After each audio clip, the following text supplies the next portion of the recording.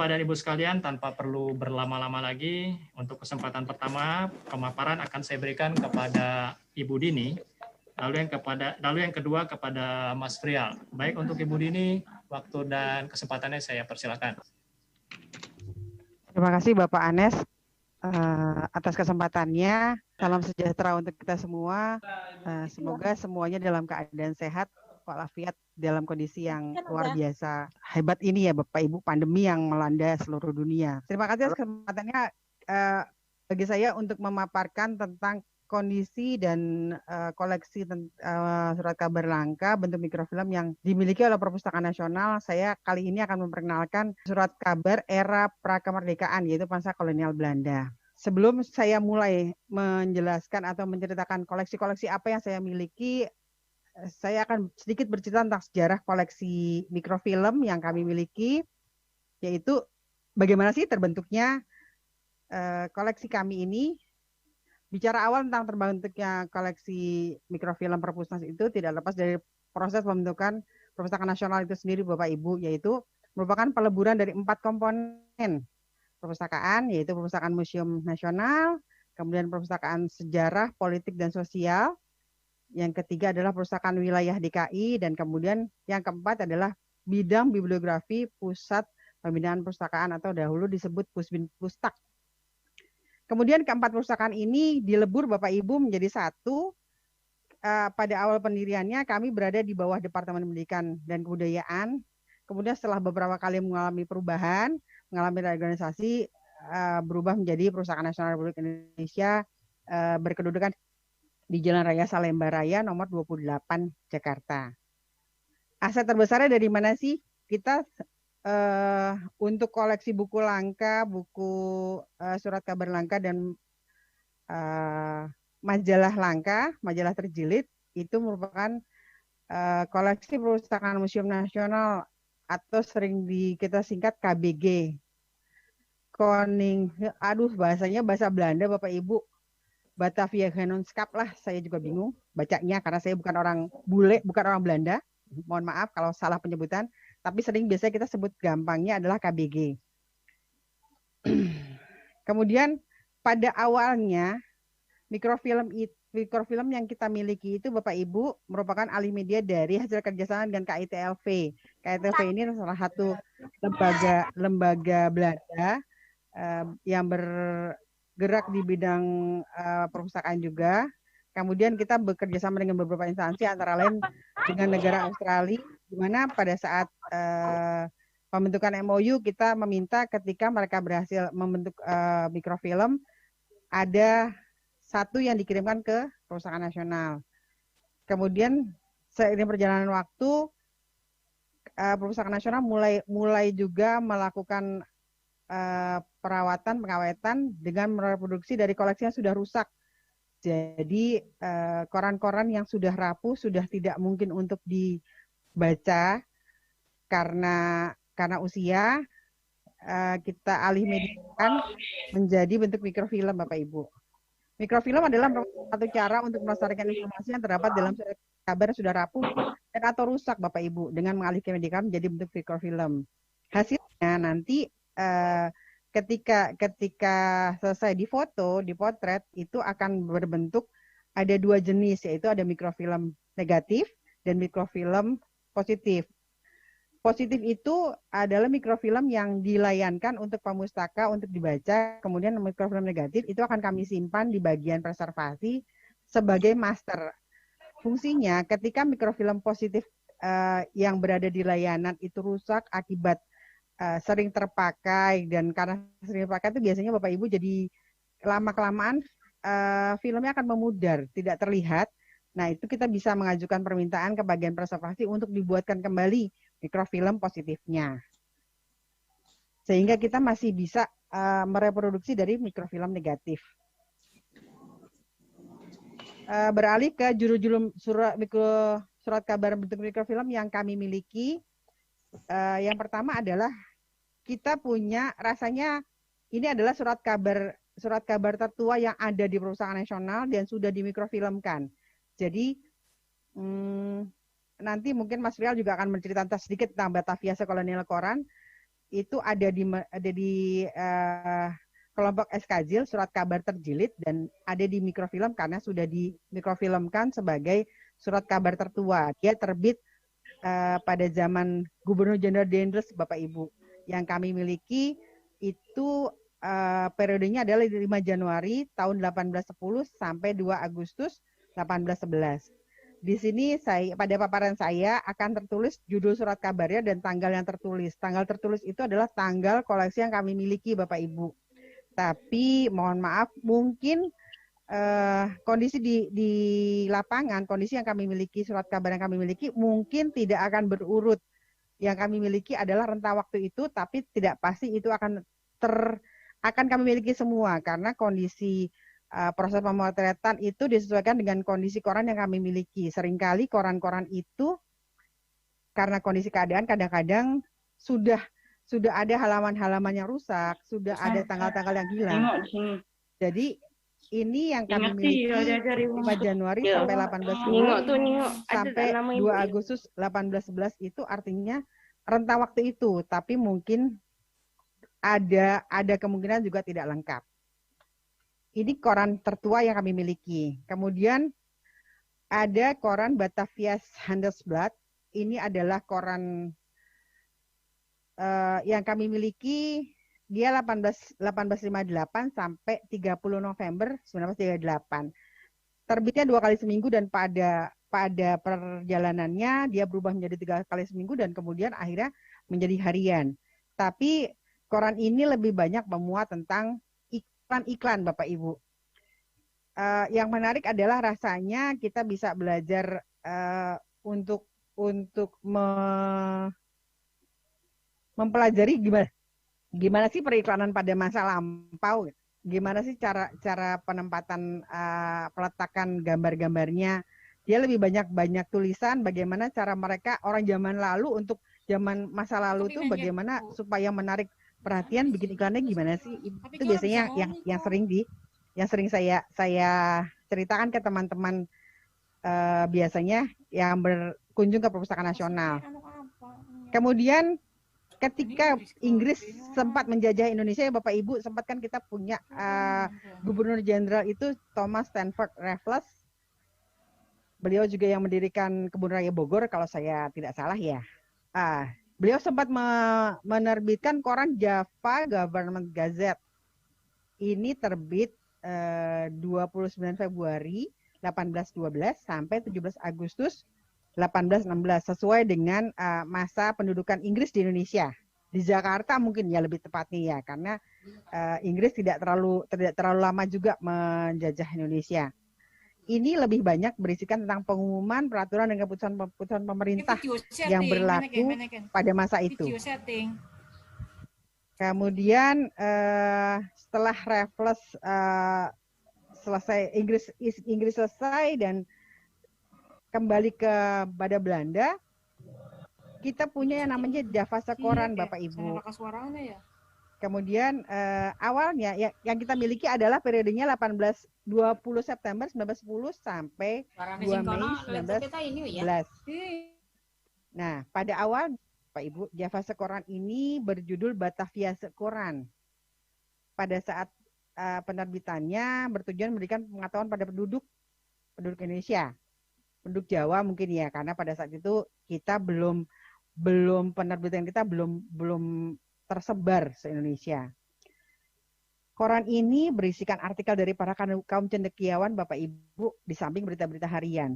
Kemudian pada tahun 1829 Batavia Sekoran berubah menjadi Java Sekoran.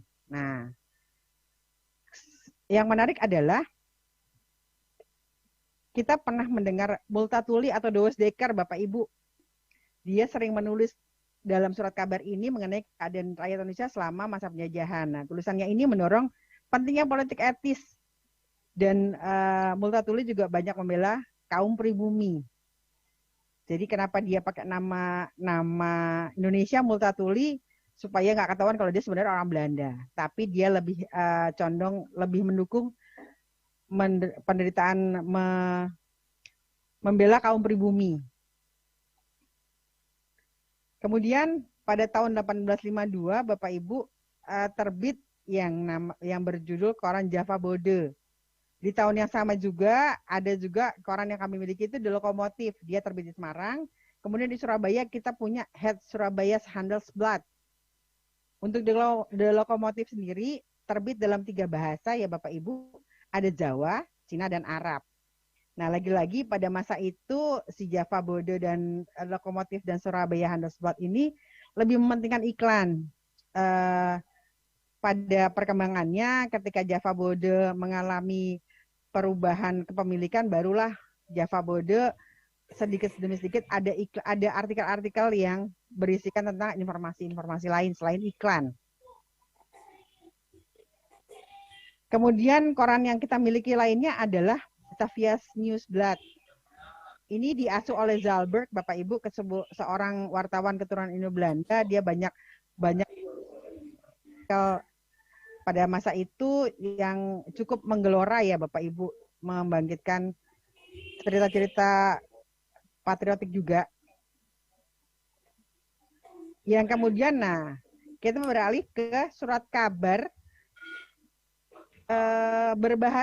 berbahasa yang diolah oleh orang Indonesia sendiri, Bapak Ibu, orang Melayu. Kalau yang tadi saya cerita tentang koran-koran asuhan Belanda, berbahasa Belanda, saya mulai surat kabar Melayu, yaitu ini terbit di Jakarta. Yang kita miliki adalah dari 3 April 1858 sampai 26 Juni. Hanya sebentar Bapak Ibu, untuknya terbitnya secara mingguan. Di sini terlihat ada tulisan Arabnya dan bahasa Indonesia ya Bapak Ibu ya. Segala kabar government. Ini contohnya saya berikan contoh gambarnya. Kemudian untuk di Medan, kita punya terbitan Bintang Timur. Ini terbit 2 kali seminggu, dia berubah menjadi harian. Periode yang kami miliki adalah dari tanggal 5 Juli 1856 sampai 31 Desember 1871. Surat kabar Melayu lainnya adalah Slompret Melayu, Bapak Ibu. Ini terbit setiap hari Selasa, Kamis, dan Sabtu. Awalnya mingguan, kemudian menjadi 3 kali seminggu.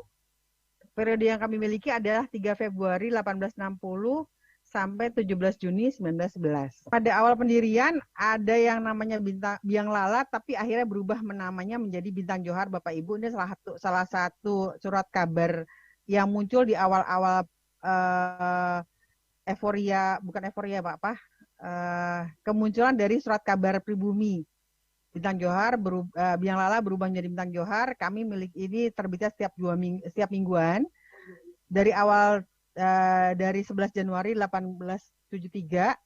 Ada surat kabar lainnya yang kami miliki. Ini kembali lagi bentuknya bahasa Belanda. Bapak Ibu, tulisannya bahasa Belanda.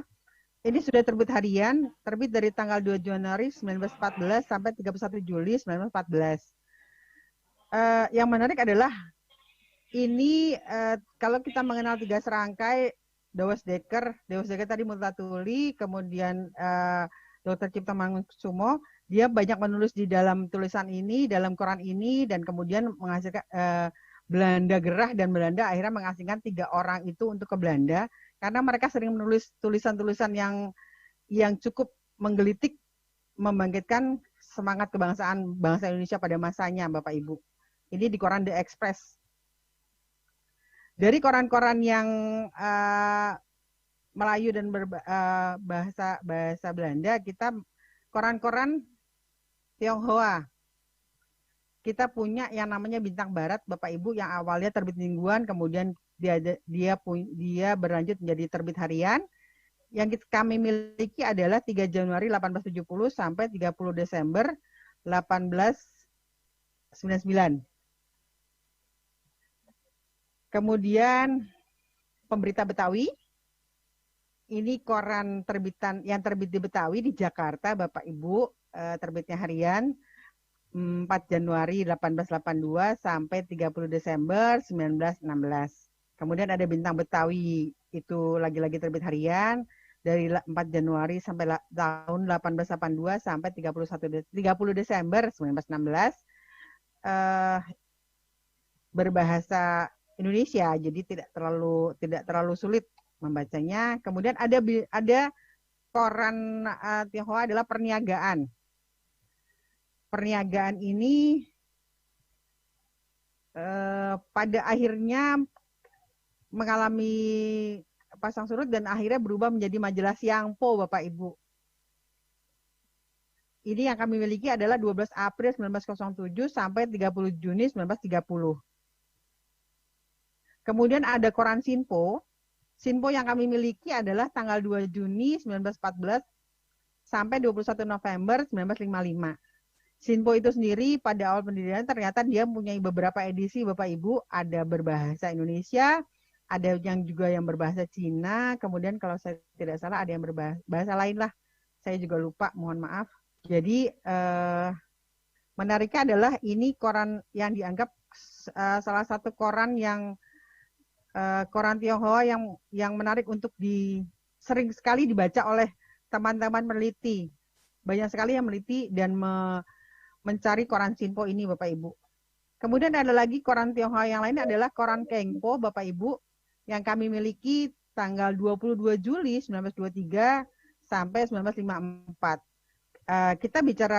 Setelah kita bicara koran-koran Tionghoa, kalau kita bicara tentang pers nasional, biasanya kaum sejarawan biasanya memulai dengan Medan Priayi.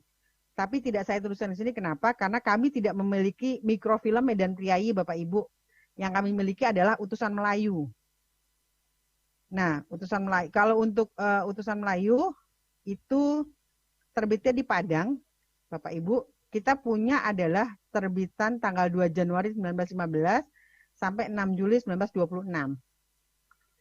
Kemudian di Solo kita punya Bro Martani, awalnya mingguan, tapi mulai 1890 terbit 2 kali seminggu. Yang kami miliki adalah periode 6 Januari sampai 1870, 6 Januari 1870 sampai 24 Februari 1932. Bro Martani itu sendiri, Bapak Ibu, ada yang bertuliskan huruf Latin seperti ini, kemudian ada juga yang bertuliskan huruf Jawa, Honocoroko. Kemudian yang kemudian adalah Harian Pemandangan, Bapak Ibu. Harian Pemandangan ini kita punya dari tanggal 15 April 1933 sampai 27 September 1952. Diasuh oleh Sarun, tapi beliau biasa menggunakan dengan nama samaran Kampret, Bapak Ibu. Kita kenal Kampret tuh kalong ya, Bapak Ibu. Nah, itu kan kita biasa menganalogikan hewan malam yang nggak bagus lah bentuknya, gitu kan. Nah, koran ini terkenal karena banyak memuat tulisan para tokoh nasional, Bapak Ibu, seperti Bung Karno, Bung Hatta, M. Natsir, Dr. Cipto Mangunkusumo, dan lain-lain. Kemudian berikutnya adalah kita punya namanya Berita Antara. Seperti kita ketahui, kantor Berita Antara itu mengeluarkan buletin awalnya, Bapak Ibu. Ini didirikan tahun 1937 oleh Bapak Sumanang, Bapak Adam Malik, Albert Manumpak Sipahutat, dan Pandu Kartawiguna. Yang kami miliki untuk Berita Antara itu tanggal 23 April 1946 sampai 17 Desember 1962. Sebenarnya sebelum ini ada banyak kantor berita yang didirikan oleh orang-orang lain, tapi tidak berlangsung, yang tidak berumur lama, Bapak Ibu. Jadi yang agak bertahan adalah Berita Antara, tapi buletin yang kami miliki ternyata setelah masa kemerdekaan ya, karena tahun 37-nya belum ada berita Antara yang kami miliki pasca kemerdekaan ini. Itu koran-koran yang kami miliki, Bapak Ibu. Sekarang saya ingin bercerita sedikit kenapa sih kita harus melestarikan surat kabar, yaitu karena surat kabar itu meliputi berbagai artikel dari beragam peristiwa dan pengetahuan. Seperti misalnya, dari mana kita tahu bahwa masa lampau terjadi proklamasi? Kita bisa cari, lihat ada fotonya. Atau dari gambar ini Bapak Ibu bisa lihat ini ada demonstrasi. Nah, ini kan sesuatu yang tidak bisa dimanipulasi, Bapak Ibu. ada pengibaran sangsaka merah putih. Ini sesuatu yang kita tidak bisa hadir, tapi kita bisa lihat dari artikel-artikel yang ada di surat kabar. Kemudian menjangkau seluruh tingkat pembaca. Kalau untuk anak-anak kita punya biasanya di koran-koran mingguan itu ada lembar anak-anak. Kemudian orang tua, kaum muda, kaum milenial juga bisa membaca berita itu.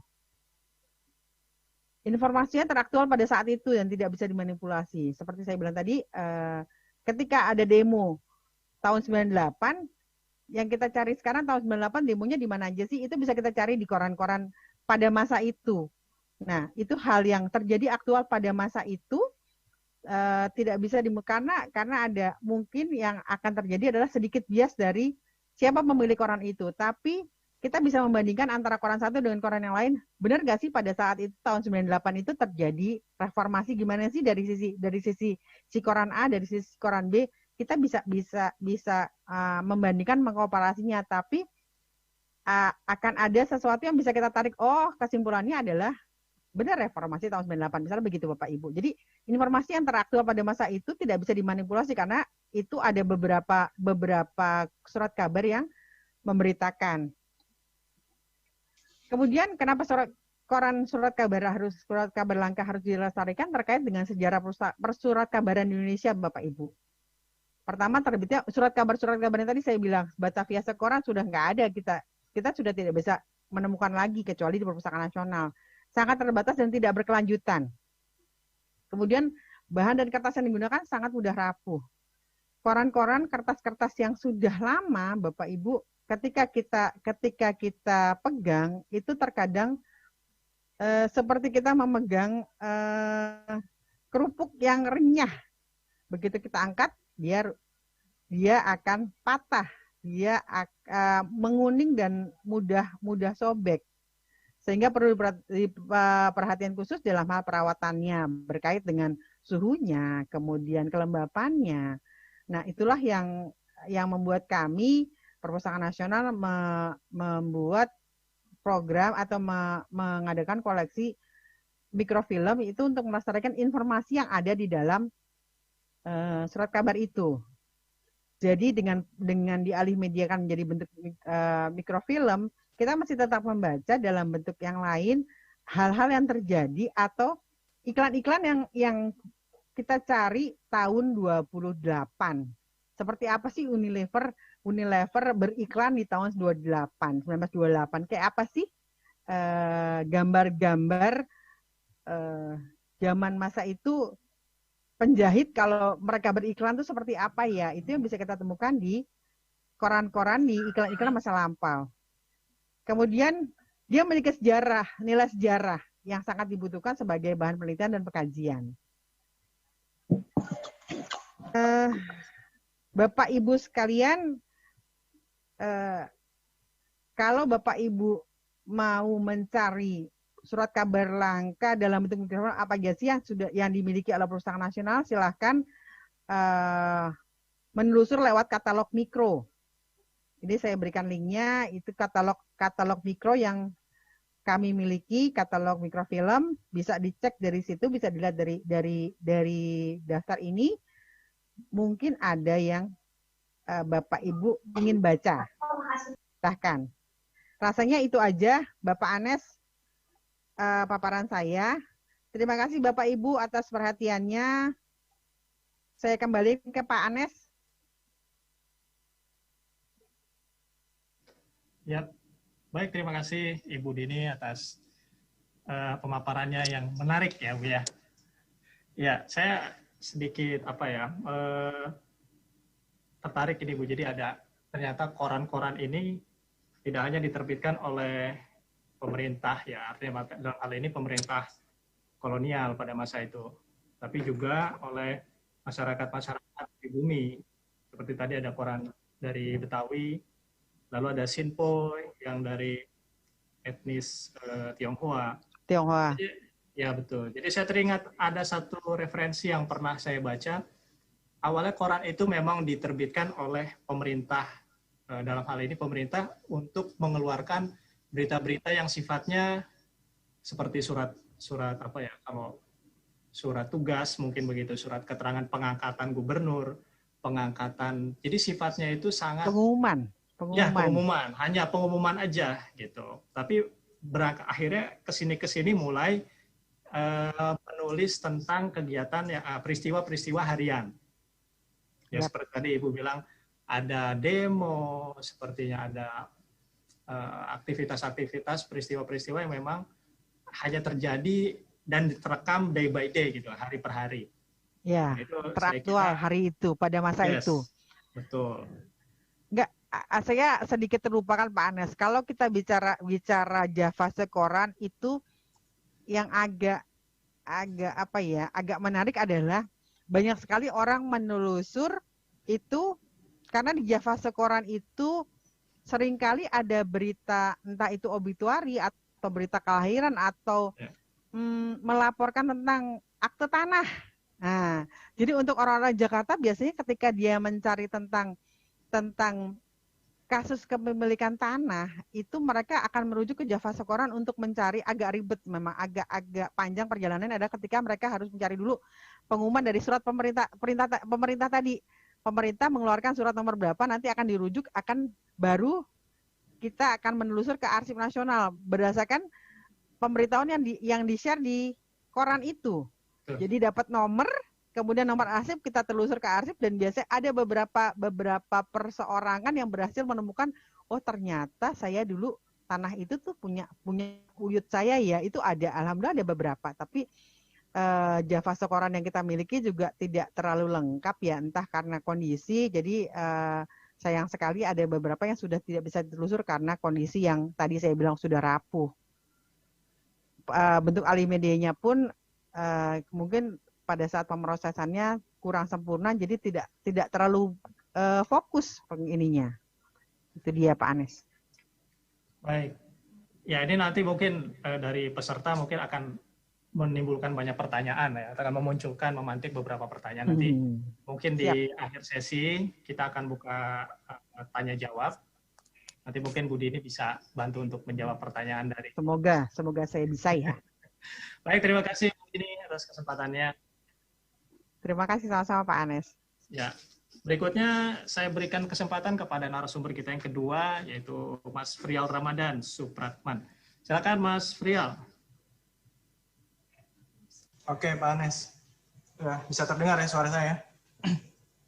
Bisa Mas.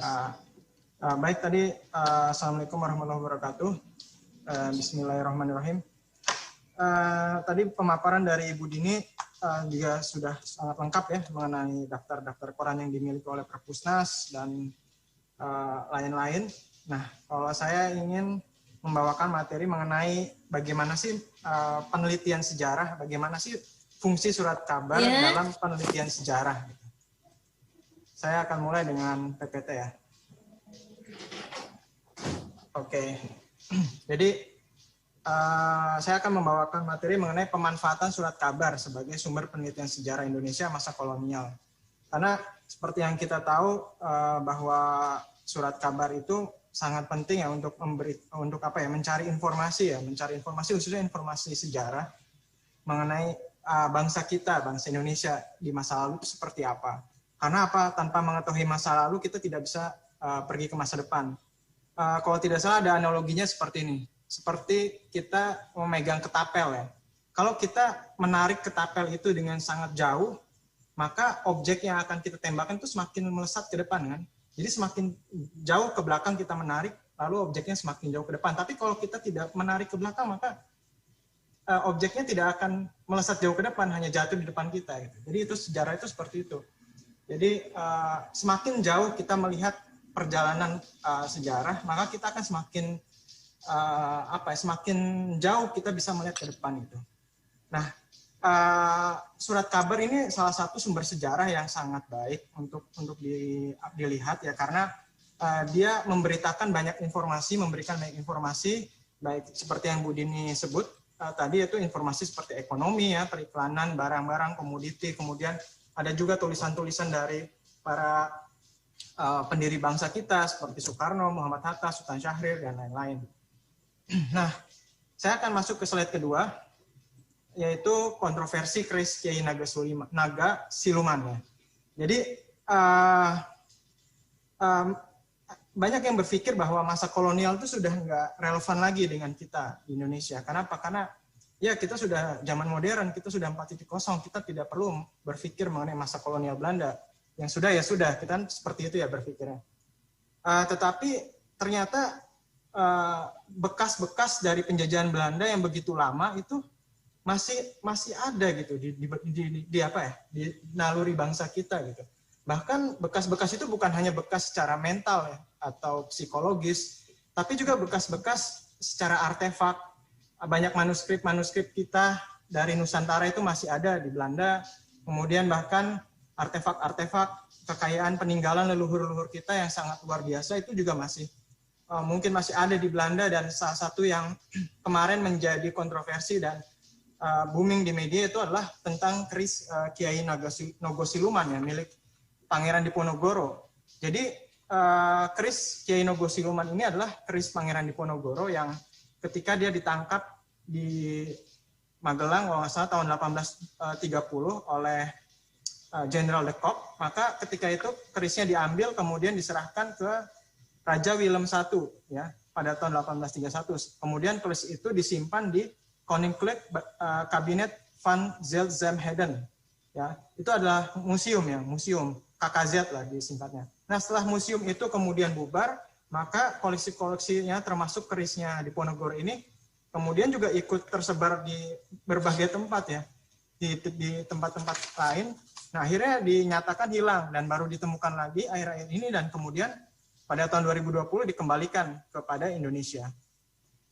Jadi ini merupakan satu contoh aja bahwa sebenarnya penjajahan Belanda ini belum lama meninggalkan kita gitu, dan sudah seharusnya kita untuk bisa memahami lagi bagaimana perjalanan bangsa kita sejak zaman kolonial hingga hari ini. Apakah ada kelanjutan atau tidak ada kelanjutannya?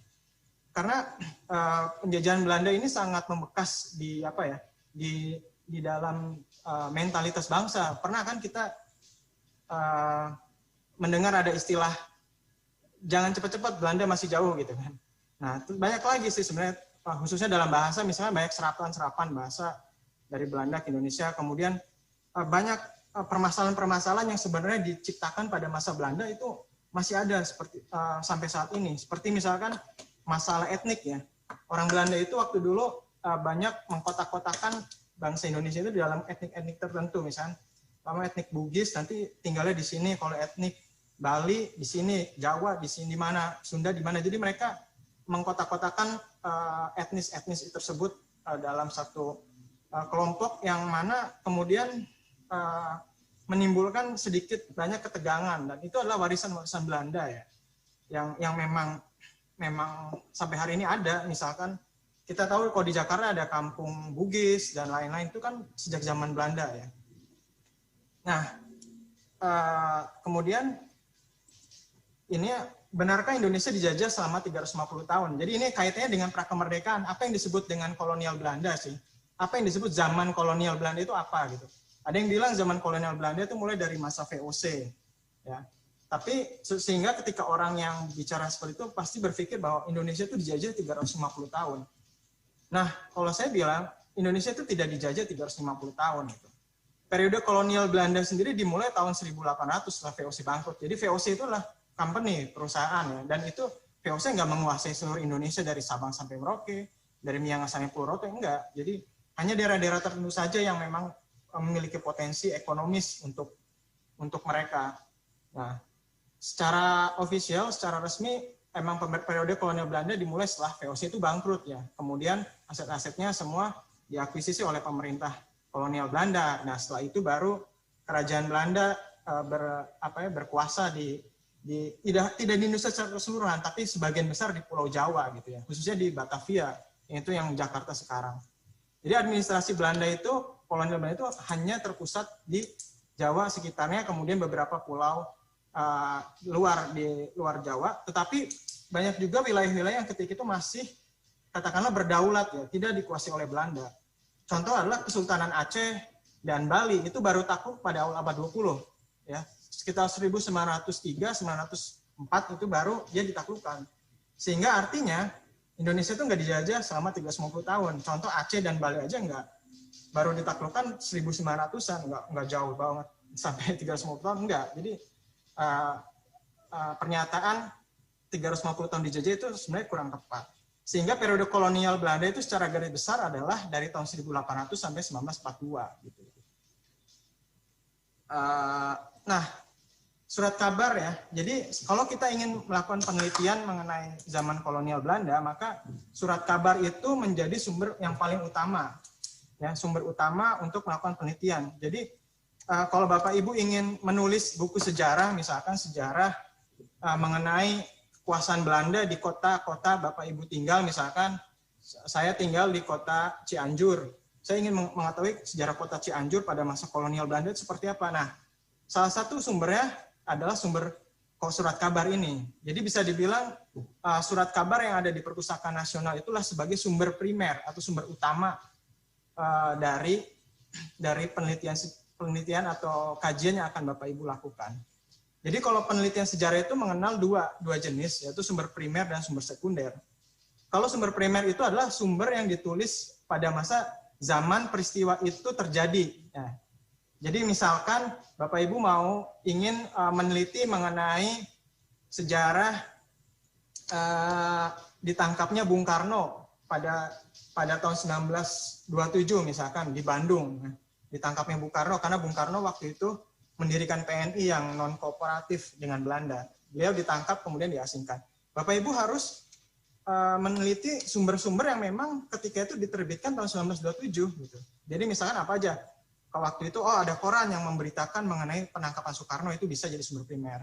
Seperti itu. Jadi sumber yang memang diciptakan atau diproduksi pada masanya. Sedangkan kalau sumber sekunder itu sumber yang diproduksi jauh sebelum itu, misalkan ingin meneliti atau menulis sejarah mengenai penangkapan Bung Karno, ya nggak apa-apa, pakai sumber yang buku-buku sekarang itu nggak apa-apa, tapi itu namanya sumber sekunder. Nah kalau surat kabar langka termasuk dalam sumber primer. Jadi sumber yang memang diproduksi pada masa itu. Kemudian Perpustakaan Nasional seperti yang sudah Ibu Dini sebutkan itu menyimpan koleksi surat kabar yang terbit sejak 1806 ya, ada 1810 sorry, ada Batavia's Colonial Koran yang waktu itu. Nah ini dia.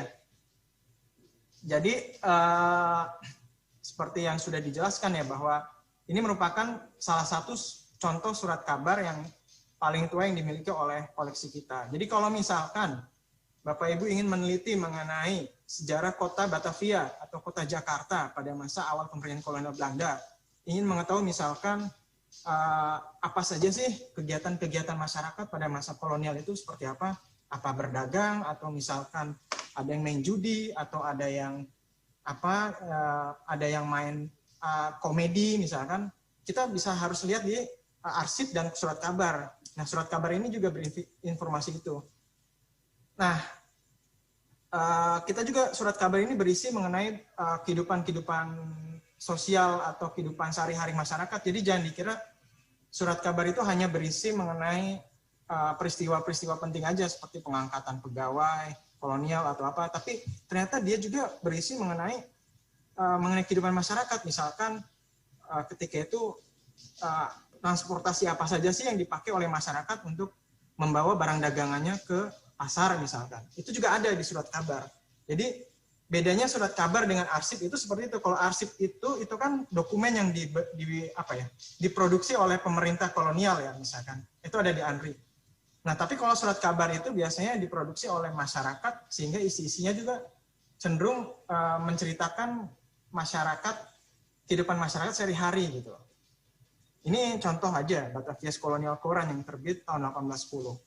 Nah, kemudian seperti yang sudah ditampilkan juga, ini ada surat kabar Java Government Gazette ya, yang diterbitkan pada masa pemerintahan Thomas Stanford Raffles ya, pendiri Singapura.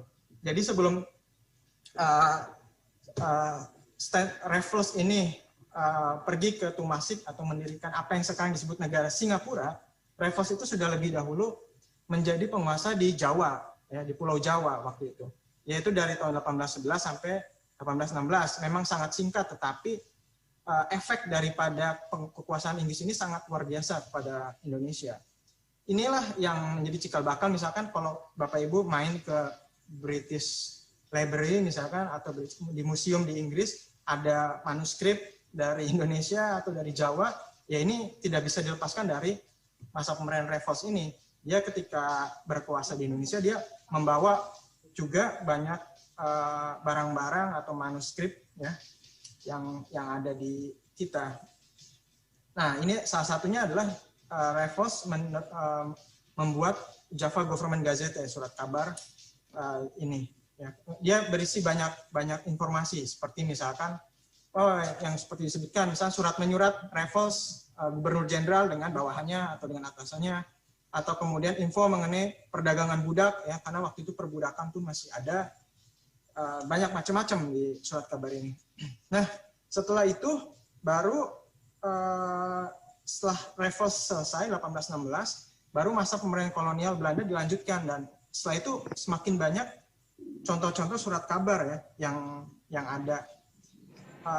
Tentunya berbahasa Belanda ya, kebanyakan karena berbahasa Belanda, karena memang waktu itu perusahaan-perusahaan penerbitan yang ada di Hindia Belanda memang kebanyakan dikuasai oleh orang Eropa ya, sehingga mereka lebih memilih untuk menerbitkannya dalam bahasa Belanda misalkan. Salah satunya ya Batavia's Nieuwsblad ini ya, dia adalah salah satu koran yang diterbitkan pada masa kolonial yang berbahasa Belanda. Jadi karena memang diterbitkan oleh orang-orang Belanda, maka isi dari koran-koran ini seringkali memang melayani kepentingan Belanda ya. Jadi isinya itu mengenai kehidupan orang-orang Eropa, misalkan orang Eropa di Surabaya seperti apa sih kehidupannya, orang Eropa di Makassar, orang Eropa di Batavia seperti apa. Nah, itu. Jadi kita bisa dilihat di sini di surat kabar Belanda. Mungkin bisa di-mute. Bisukan.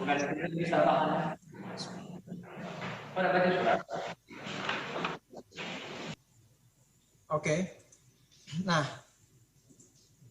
jadi memang koran-koran surat kabar di Perpustakaan Nasional banyak juga surat kabar yang berbahasa Belanda ya.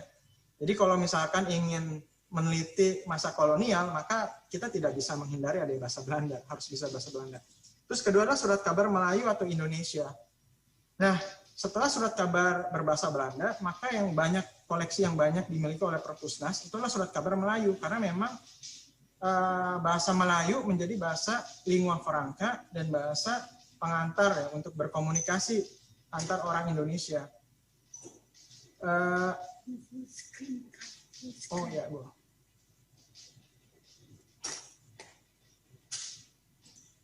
Nah, surat kabar berbahasa Melayu ini memang mulai banyak muncul itu awal abad 20, dari 1900 ya. Ketika itu bangsa Indonesia itu mulai sadar bahwa sebenarnya bangsa Indonesia membutuhkan surat kabar atau media yang bisa membuat mereka berkomunikasi dengan baik ya.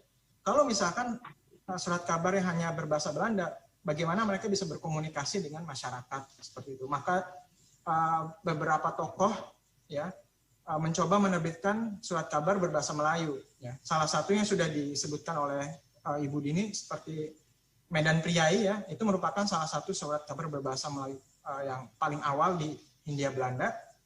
Itu diterbitkan oleh Raden Tirto Adisuryo, ya, salah satu tokoh pers juga. Nah ini kalau dua ini surat kabar yang saya tampilkan adalah Utusan Hindia dan Adil. Utusan Hindia ini adalah surat kabar yang langsung dipimpin oleh Haji Omar Said Cokro Aminoto ya, Hos Cokro Aminoto, seorang guru bangsa. Ya, jadi seperti yang kita tahu, Cokro Aminoto ini adalah guru dari para intelektual Indonesia, aktivis kemerdekaan Indonesia ya. Jadi dia gurunya Soekarno, gurunya banyak, guru Kartosuwiryo juga dia pernah belajar sama Cokro Aminoto. Jadi bisa dibilang dia gurunya para guru gitu. Jadi Cokro Aminoto ketika itu menerbitkan surat kabar Utusan Hindia. Ya. Jadi waktu itu Utusan Hindia ini surat kabar yang sangat revolusioner karena berani melakukan kritik terhadap pemerintah kolonial. Ya. Dia waktu itu sudah berani melakukan perlawanan terhadap kolonialisme. Ini yang satu lagi itu Adil. Adil ini surat kabar Islam, surat kabar Muslim yang banyak memberitakan informasi atau berita-berita sekitar dunia Muslim, misalkan ekspansi Zionisme ke Palestina misalkan, itu juga diberitakan. Kemudian misalkan ekspansi Eropa, imperialisme Eropa ke Libya atau ke Suriah itu juga banyak diberitakan oleh surat kabar Adil. Oke, next. Nah, selain surat kabar berbahasa Melayu, Indonesia juga memiliki surat kabar berbahasa Arab juga. Kenapa? Karena memang Indonesia atau Hindia Belanda pada masa kolonial itu tidak hanya dihuni oleh orang Eropa dan orang pribumi, tetapi juga banyak komunitas Arab yang datang dari wilayah Hadramaut, misalkan dari Yaman. Ya, mereka datang semakin banyak gelombang kedatangan komunitas Arab itu karena adanya mesin uap, kapal mesin uap. Ya. Dengan adanya kapal mesin uap, maka kedatangan komunitas Arab ke Hindia Belanda semakin banyak. Mereka menghuni kota-kota pantai misalkan. Nah, karena komunitas mereka itu semakin lama semakin banyak, maka mereka tentu membutuhkan media untuk berkomunikasi. Hadramaut ini merupakan salah satu surat kabar ya, yang cukup terkenal di kalangan masyarakat Arab. Mereka juga dengan adanya surat kabar ini mereka bisa tahu apa yang terjadi di wilayah Hadramaut, misalnya di wilayah leluhur mereka di Hadrami, Yaman, apa yang terjadi, berita-berita itu kemudian disampaikan kepada komunitas Arab yang ada di sini. Gitu. Jadi memang Indonesia ini memang multikultur, sangat beragam. Ya. Jadi itu bisa ditunjukkan dengan warisan-warisan surat kabar yang kita miliki juga ya, termasuk yang berbahasa Arab ini. Kemudian, ini juga ada yang kita memiliki surat kabar berbahasa Jepang. Ya. Ini namanya surat kabar Javanipo yang saya tampilkan di sini. Kenapa? Kenapa berbahasa Jepang lumayan banyak? Karena orang Jepang yang datang ke Indonesia itu cukup banyak. Jadi kita pasti tahunya orang Arab sama orang Cina yang banyak bermigrasi ke Indonesia. Ternyata sebelum adanya penjajahan Jepang, orang Jepang di Indonesia itu sudah cukup banyak. Ya, itu bisa dibaca di bukunya siapa itu namanya? Takashi Shiraishi kalau nggak salah. Jadi orang-orang Jepang di Asia Tenggara atau di Indonesia itu seperti apa itu bisa di sana. Jadi orang-orang Jepang itu sudah banyak jadi jauh sebelum adanya penjajahan Jepang, orang Jepang itu sudah banyak berada di Indonesia, di Hindia Belanda, bahkan ada di Malaya, di Singapura, kemudian di Burma, ya udah kemana-mana gitu, udah berekspansi kemana-mana mereka, terutama untuk kebutuhan ekonomi, karena waktu itu Jepang merupakan salah satu negara Asia yang paling kuat ya, di mana ketika itu negara-negara Asia itu sedang berada di bawah penjajahan Eropa, hanya Jepang aja negara Asia yang berdaulat dan bahkan bisa mengalahkan Rusia tahun 1905, itu luar biasa. Makanya Jepang itu satu-satunya negara Asia waktu itu yang paling dihormati oleh negara Eropa, itu Jepang. Ya. Jadi memang orang-orang Jepang itu ketika itu sudah tersebar di mana-mana, di Singapura, di Indonesia, kemudian di Malaya. Mereka mendirikan juga surat kabar. Nah, yang ada salah satunya di Hindia Belanda itu adalah surat kabar Javanipo. Gitu. Jadi biasanya orang Jepang ini, surat kabar Jepang ini, itu kemudian memberitakan mengenai kebesaran bangsa Jepang itu seperti apa. Jadi makanya kenapa orang Indonesia ketika Jepang awal masuk Indonesia itu disambut kan dengan meriah oleh orang Indonesia karena keberhasilan propaganda Jepang yang sudah dilakukan sebelumnya gitu. Ya, mereka selalu menampilkan diri sebagai penyelamat bangsa Asia dan lain-lain. Sehingga mudah diterima waktu di Indonesia, tapi pada kenyataannya memang penjajahan Jepang adalah penjajahan yang paling menyakitkan selama 3,5 tahun itu. Kedua adalah surat kabar berbahasa Cina. Ya, tentu saja. Kenapa surat kabar berbahasa Cina? Karena banyak komunitas Cina yang ada di Hindia Belanda ya. Ya, kita tahu mereka banyak bermigrasi sejak abad 19 ke Hindia Belanda, khususnya untuk peruntungan ekonomi, dan komunitas Cina ini tidak hanya migrasinya ke Hindia Belanda aja, tapi kemana-mana. Australia, ke Amerika Serikat, kemana-mana, di mana ada kesempatan ekonomi di situ, mereka akan ambil itu. Contoh di Australia misalkan ketika itu ada boom bukan minyak, emas ya, ada ditemukan pertambangan emas, maka banyak migrasi dari Cina ke Australia juga sama. Begitu juga di Indonesia sama, mereka ingin mendapatkan kesempatan ekonomi juga, dan kemudian mereka juga menerbitkan surat kabar untuk komunikasi antar etnis mereka. Ya, surat kabar berbahasa Cina. Nah, sekarang kalau misalkan kita udah tahu nih surat kabar apa saja yang dimiliki oleh Perpustakaan Nasional, kemudian Bapak Ibu bingung, saya sudah tahu surat kabarnya, tapi saya mau meneliti temanya apa ya? Nah ini dia, makanya saya men-share tema-tema penelitian yang bisa dilakukan untuk menggunakan surat kabar. Karena kita pembahasannya surat kabar masa kolonial Belanda, maka kemungkinan besar memang temanya tema-tema sejarah, tapi sejarahnya macam-macam, ada sejarah politik, sejarah ekonomi, sejarah sosial, kemudian sejarah kebudayaan, ya. Jadi ada, dan sebenarnya nggak terpaku sama 4 ini aja. Ada lagi sebenarnya sejarah apa? Sejarah kota. Kemudian ada lagi sejarah internasional pun bisa. Jadi macam-macam lah. Nah, kita bahas ya satu persatu temanya. Misalkan Bapak Ibu ingin meneliti mengenai sejarah politik nih. Sejarah politik itu banyak tema-tema yang bisa diangkat. Misalkan sejarah mengenai kekuasaan politik kolonial Belanda di Indonesia. Jadi ingin tahu bagaimana sih orang Belanda, pemerintah kolonial Belanda itu bisa menjajah Indonesia sekian lama, itu bagaimana caranya? Nah, itu ada di koran, misalkan ya dengan strategi-strategi penjajahan, misalkan mengirimkan ilmuwan-ilmuwan Belanda untuk mempelajari masyarakat Indonesia, misalkan. Itu kan merupakan salah satu strategi juga. Nah, itu ada tuh di koran-koran bagaimana ilmuwan-ilmuwan Belanda ketika itu banyak menulis ya mengenai masyarakat Indonesia itu seperti apa. Misalkan Snoeck-Hurgronje, Christian Snoeck-Hurgronje itu paling terkenal ilmuwan Belanda. Dia banyak meneliti mengenai Islam di Hindia Belanda. Jadi dia banyak menulis tuh mengenai komunitas Muslim di Hindia Belanda. Dia banyak menulis juga mengenai Aceh, ada bukunya 2 jilid tentang Aceh itu. Kemudian banyak sekali, jadi kita tahu bagaimana cara pemerintah kolonial menguasai Hindia Belanda itu ada di situ, ada di koran-korannya. Terus ada juga misalkan parlemen ya, berita mengenai parlemen atau Volksraad itu ada juga.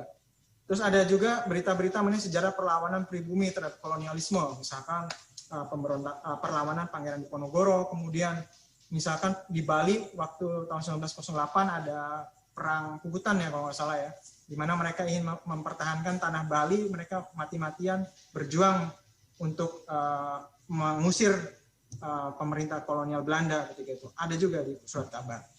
Kemudian sejarah pemikiran politik pada masa kolonial. Kita misalkan mau tahu bagaimana sih para pendiri bangsa kita itu berpikir untuk merdeka itu seperti apa. Misalkan tulisannya siapa yang terkenal? Douwes Dekker misalkan ya. Suwardi Suryaningrat, Suwardi Suryaningrat, itu misalnya ada tulisannya andai aku orang Belanda, andai aku orang Belanda. Itu kan tulisan Suwardi Suryaningrat yang paling banyak ditakuti oleh orang Belanda ya. Karena waktu itu Suwardi Suryaningrat menulis bahwa kok bisa orang Belanda merayakan kemerdekaannya di Indonesia, di mana itu adalah tanah jajahannya. Itu kan sangat miris, karena tulisan Suwardi Suryaningrat itulah maka dia kemudian diasingkan ke Belanda. Jadi tulisannya masih ada di koran The Express ya, yang ada di sini. Kemudian bisa juga Bapak Ibu meneliti mengenai sejarah ekonomi. Sejarah ekonomi ini memang nggak terlalu populer ya di masyarakat. Banyakkan masyarakat tuh banyaknya tahunya sejarah politik ya, mengenai perlawanan, militer dan lain-lain. Tapi kalau sejarah ekonomi juga penting. Misalkan di kota Bapak Ibu ada misalkan pabrik gula misalkan. Banyakan kan waktu itu Belanda banyak mendirikan pabrik-pabrik gula tuh yang sampai sekarang mungkin masih ada bekasnya dan sudah tidak terpakai atau gimana. Itu bisa juga diteliti tuh. Dan itu banyak sumber-sumbernya di surat kabar. Pabrik gula misalkan di Semarang atau di Cirebon dan lain-lain gitu kan. Kemudian bisa juga meneliti tentang sejarah perdagangan. Sejarah perdagangan seperti yang sudah sebutkan Ibu Dini tadi, misalkan koran-koran banyak tuh memberitakan mengenai iklan mengenai produk-produk yang diperdagangkan di Hindia Belanda itu apa aja sih, dari mulai peci, sarung, kemudian furniture, obat-obatan, itu kan banyak juga tuh. Itu menarik juga kalau untuk diteliti. Kemudian ada juga sejarah buruh atau sejarah pedagang. Jadi koran-koran itu banyak memberitakan mengenai kehidupan kaum buruh, misalkan buruh pelabuhan di Tanjung Priok atau buruh pelabuhan di pelabuhan mana tuh? Ya pokoknya di pelabuhan lah, di Semarang, di Surabaya. Itu juga termasuk sejarah ekonomi. Terus sejarah uang. Pernah dengar sejarah uang? Jadi sejarah uang ini sejarah moneter ya, bagaimana waktu itu Bank Sentral Belanda atau The Java's Bank itu mengeluarkan uang, mengedarkan uang dan lain-lain. Ada sejarah industri juga, bagaimana waktu itu peredaran mobil misalkan pertama kali di Hindia Belanda seperti apa, kita mau tahu, itu bisa ada di koran. Kemudian Bapak Ibu juga bisa meneliti mengenai sejarah sosial ya ketika menggunakan surat kabar. Jadi di surat kabar itu banyak sejarah kehidupan mengenai kelompok-kelompok masyarakat ya waktu itu dari Hindia Belanda. Misalkan kehidupan masyarakat Tionghoa seperti apa, kehidupan masyarakat Arab seperti apa, kehidupan masyarakat Jepang ya ketika itu di Hindia Belanda seperti apa yang mereka perbuat di sana. Kemudian bisa juga meneliti mengenai sejarah pendidikan, misalkan mau meneliti mengenai taman siswa. Wah, itu kan sangat menarik tuh. Ada misalkan surat kabarnya Ki Hajar Dewantara itu ada tuh mengenai taman siswa. Itu kan bagus sekali kalau bisa diteliti. Itu. Jadi banyak sekali yang bisa diangkat. Kemudian sejarah kebudayaan. Misalkan mau meneliti mengenai sastra. Banyak tuh surat kabar itu dulu banyak berisi mengenai cerita bersambung, cerbung ya. Cerbung ya. Jadi sebelum buku-buku sastra klasik itu diterbitkan menjadi novel dulu ya. Jadi mereka biasa diterbitkan dulu juga menjadi cerita bersambung terlebih dahulu. Misalkan saya pernah lihat tulisan cerbungnya Sultan Takdir Ali Syabana misalkan. Di koran apa ya, saya lupa, terbitan Padang. Itu kan menarik kalau meneliti sejarah sastra. Atau misalnya meneliti mengenai sejarah komik juga bisa. Misalkan di koran Sinpo itu ada komik strip, kalau nggak salah namanya apa ya, Put On. Jadi ada juga komik-komik strip itu sudah mulai ada di masa pemerintahan kolonial Belanda. Dan kemudian kan setelah kemerdekaan kan semakin banyak tuh cerita-cerita bergambar yang ada di koran-koran. Itu menarik kalau diteliti. Nah, kendalanya, apa sih kendala meneliti surat kabar masa kolonial itu? Ya kita nggak bisa pungkiri ya, ada dua kendalanya kalau menurut saya. Pertama adalah bahasa asing. Kenapa? Karena kalau kita mau melakukan penelitian mengenai Indonesia masa kolonial Belanda, itu pasti kita berhadapan dengan bahasa asing. Banyak sekali, khususnya bahasa Belanda, yang mana kita memang tidak terlalu familiar dengan bahasa Belanda, di mana kita kan lebih familiar dengan bahasa Inggris ya. Nah, bagaimana dengan bahasa Belanda? Ya kita harus belajar. Makanya ketika peneliti misalkan atau mahasiswa atau orang-orang yang ingin mengetahui masa kolonial Belanda seperti apa, ya memang harus berhadapan dengan bahasa Belanda tuh. Disitulah emang tantangannya. Makanya pengetahuan saya banyak juga mahasiswa ilmu sejarah yang akhirnya ketika skripsi nggak mau nulis masa kolonial Belanda tuh. Kenapa? Karena nanti dia harus berhadapan dengan sumber berbahasa Belanda kan, agak repot. Jadi makanya nulisnya masa-masa pasca kemerdekaan, misalkan zaman Orde Baru atau Orde Lama yang banyak sumbernya itu berbahasa Indonesia. Jadi memang sumber bahasa asingnya harus benar-benar dikuasai juga ya ketika memang Bapak Ibu ingin serius menulis sejarah misalkan mengenai masa pendudukan Belanda di Indonesia. Terus selain itu ada juga kondisi fisik ya. Kondisi fisik surat kabar ya dari masa kolonial itu udah memang udah seperti yang Bu Dini sebutkan tadi ya, kondisi fisiknya udah nggak bagus gitu. Jadi ketika kita meneliti masa Belanda jangan heran kalau misalnya banyak koran-koran yang sobek atau misalkan ada koran-koran yang korosi dan lain-lain sehingga tulisannya tidak terbaca. Itu merupakan tantangan tersendiri bagi kita. Baik, mungkin itu saja yang bisa saya sampaikan. Kurang lebihnya saya mohon maaf jika ada kesalahan. Wassalamualaikum warahmatullahi wabarakatuh. Waalaikumsalam warahmatullahi wabarakatuh. Terima kasih Mas Prial atas penjelasannya yang cukup komplit ya. Ada beberapa hal yang saya garis bawahi nih Mas Prial. Saya kira ini ada pengetahuan baru juga buat saya pribadi ya. Bagaimana teman-teman sejarah itu memposisikan koran sebagai sumber primer, karena pengertian sumber primer bagi teman-teman sejarah ini adalah memang sumber yang ditulis saat peristiwa itu terjadi, gitu. Kalau di ilmu sosial yang lain mungkin sumber primer itu ya narasumber kita, artinya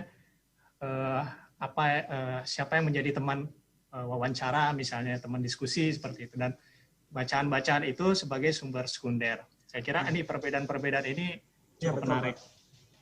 Lalu yang ketiga yang saya garis bawahi adalah 350 tahun dijajah Belanda. Ini sepertinya ada salah kaprah juga mungkin ya Mas Prial ya. Jadi saya mendengar Pak. dari pemaparan Mas Prial ini sebetulnya setelah VOC sebetulnya ya. Iya. Setelah VOC. Lalu saya tertarik lagi nih surat kabar Hadramaut karena ada juga beberapa referensi yang di Perpustakaan Nasional itu tulisan-tulisan dari ulama Hadramaut juga atau keturunan dari Hadramaut. Itu seperti Mufti Betawi, Said Utsman. Ketika itu ada peneliti dari Belanda, ya, dia datang ke Perpusnas lalu mencari info tentang itu, ternyata ada juga koran Hadramaut ya. Ada, Pak. Ya, saya kira menarik juga itu bagaimana orang-orang Hadramaut ingin tetap terkoneksi dengan orang-orang Hadramaut juga yang ada di Nusantara ya, di Indonesia.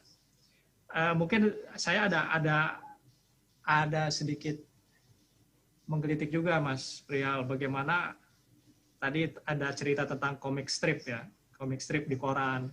Itu juga saya temukan kan di era-era sekarang nih ya, kayak kalau zaman sekarang di pos kota itu ada apa sih, Ali Oncom. Ya, seperti ya itu. Kan? Kalau Kompas dulu ada Panji Koming dulu di Kompas. Ya.